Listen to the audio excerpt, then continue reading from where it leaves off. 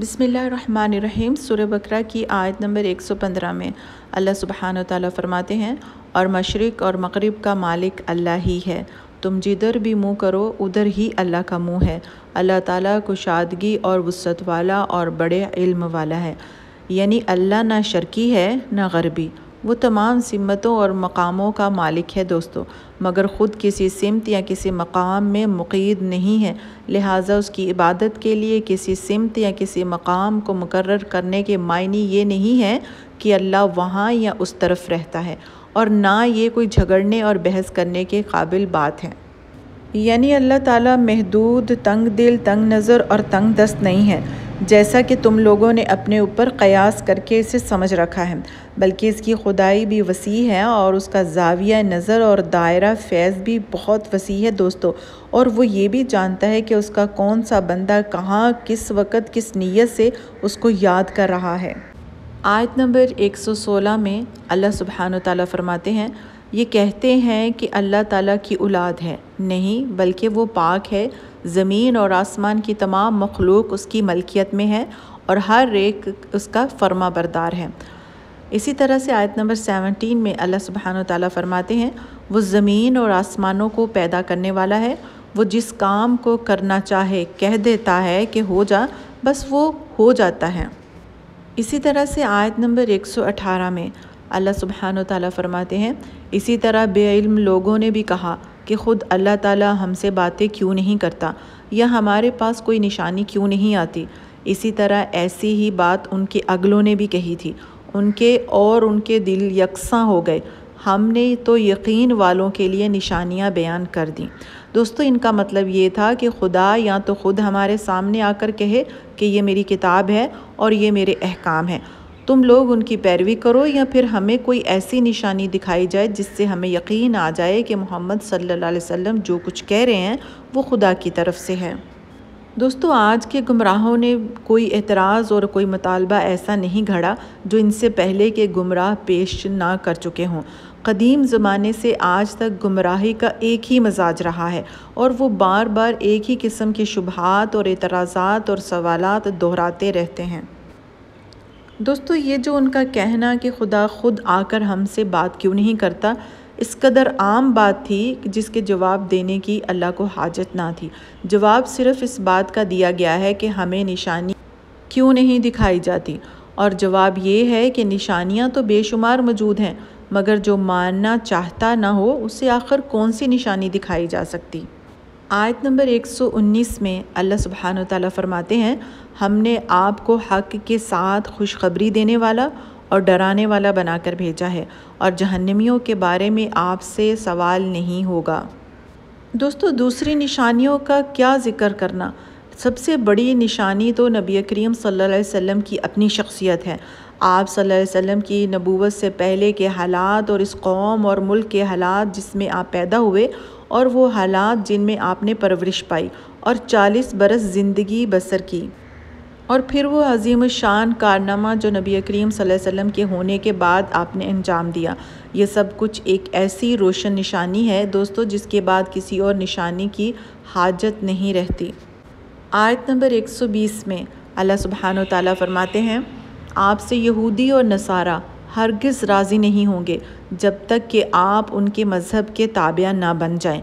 आप कह दीजिए, अल्लाह की हदायत ही हदायत है, और अगर आपने बावजूद अपने पास इल्म आ जाने के फिर इनकी ख्वाहिशों की पैरवी की तो अल्लाह के पास आपका ना कोई वली होगा और ना कोई मददगार। दोस्तों, अल्लाह के इस फरमान का मतलब ये है कि ये जो लोग नाराज़ हैं अल्लाह के नबी से, इनके नाराज़गी का सबब ये तो नहीं है कि वो सच्चे तालिब हक़ हैं, और ना तुमने यानी कि नबी करीम सल्लल्लाहु अलैहि वसल्लम उनके सामने हक़ को वाज़िया करने में कुछ कमी कर रहे हैं। वो तो इसलिए नबी करीम सल्लल्लाहु अलैहि वसल्लम से नाराज़ थे कि तुम अल्लाह की आयतों और उसके दीन के साथ वो मुनाफ़िकाना बाजीगराना तर्ज अमल क्यों नहीं इख्तियार करते हो? खुदा परस्ती के पर्दे में वो खुद परस्ती क्यों नहीं की? दीन के असूल और अहकामात अपने तख़य्युलात और अपनी ख्वाहिशात के मुताबिक ढालने में इस दीदा दलेरी से क्यों ना काम लिया? वो रियाकारी और गंदम नमाई वजूद फरोशी क्यों ना की जो ख़ुद उनका अपना शेवा था दोस्तों। लिहाजा उन्हें राज़ी करने की फ़िक्र छोड़ देने का अल्लाह नबी करीम सल्लल्लाहु अलैहि वसल्लम को हुक्म दे रहे हैं कि जब तक तुम उनके रंग में रंग ना जाओगे, वो दीन के साथ वही मामला नहीं करने लगोगे जो ख़ुद ये लोग करते हैं, और अक़ाइद और अमाल की इन्हें गुमराहियों में मुब्तला ना हो जाओगे जिनमें ये लोग मुब्तला हैं, उस वक़्त तक इनका तुमसे राज़ी होना मुश्किल काम है।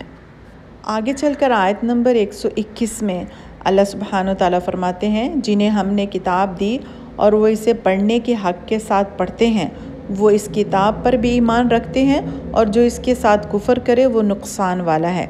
यानी ये अहले किताब के सालिया उनसर की तरफ इशारा है दोस्तों कि ये लोग दयानत और रास्ती के साथ खुदा की किताब को पढ़ते हैं, इसलिए कि जो कुछ किताब अल्लाह के रूह से हक़ है उसे हक़ मान लेते हैं।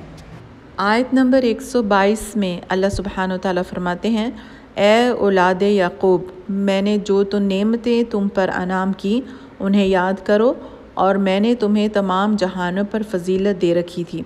दोस्तों यहाँ से एक दूसरे सिलसिला तकरीर जो है उसका आगाज़ होता है, जिसे समझने के लिए मदरजा झैल चीज़ों को जो है हमें अपने जहन में रखना होगा।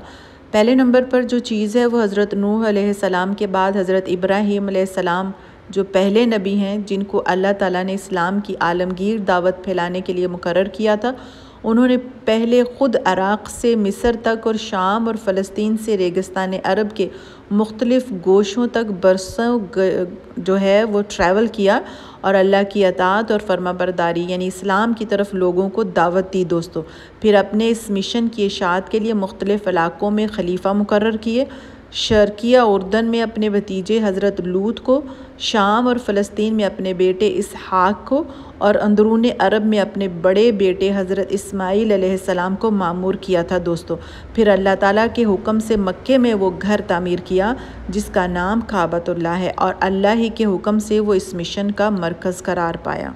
और दूसरी फ़जीलत क्या है बनी हज़रत याकूब अलैहिस्सलाम की औलाद की, कि हज़रत इब्राहीम अलैहिस्सलाम की नस्ल से दो बड़ी शाखें निकली। एक हज़रत इस्माईल अलैहिस्सलाम की औलाद जो अरब में रही, कुरैश और अरब के बाद दूसरे कबाइल का ताल्लुक़ जो था वो इसी शाख से था दोस्तों। और जो अरब कबीले नस्लन हज़रत इस्माईल अलैहिस्सलाम की औलाद ना थे, वो भी चूँकि उनके फैलाए हुए मज़हब से कमो बेश मुतासिर थे, इसलिए वो अपना सिलसिला इन्हीं से जोड़ते थे। दूसरे हज़रत इसहाक़ अलैहिस्सलाम की औलाद, जिनमें हज़रत याकूब अलैहिस्सलाम, यूसुफ़ अलैहिस्सलाम, मूसा अलैहिस्सलाम, हज़रत दाऊद अलैहिस्सलाम, सुलेमान अलैहिस्सलाम, याहिया अलैहिस्सलाम, ईसा अलैहिस्सलाम और बहुत से अंबिया अलैहिस्सलाम पैदा हुए। और जैसे कि पहले हमने पढ़ा कि हज़रत याकूब अलैहिस्सलाम का नाम चूँकि इसराइल था, इसलिए ये नस्ल बनी इसराइल के नाम से मशहूर हुई दोस्तों। इनकी तबलीग से जिन दूसरी कौमों ने इनका दीन कबूल किया, उन्होंने या तो अपनी इनफरादियत ही नहीं इनके अंदर गुम कर दी, या वो नस्लन तो इनसे अलग रहे, मगर मज़हब इनकी जो है वो इनके बराबर था, यानी कि मज़हब सेम था। इस शाख में जब पस्ती और तनज़्ज़ुल का दौर आया दोस्तों, तो पहले यहूदियत पैदा हुई और फिर ईसाईयत ने जन्म लिया।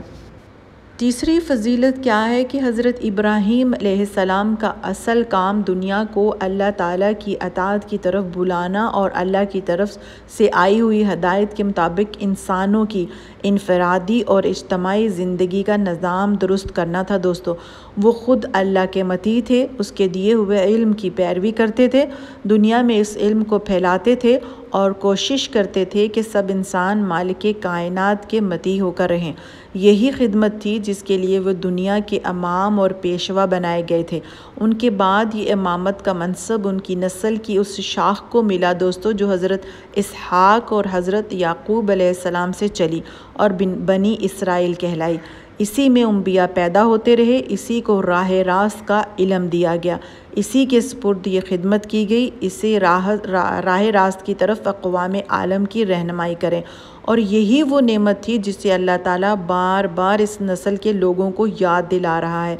इस शाख ने हज़रत सुलेमान अलैहिस्सलाम के ज़माने में बैतुल मुक़द्दस को अपना मरकज़ करार दिया था दोस्तों। इसलिए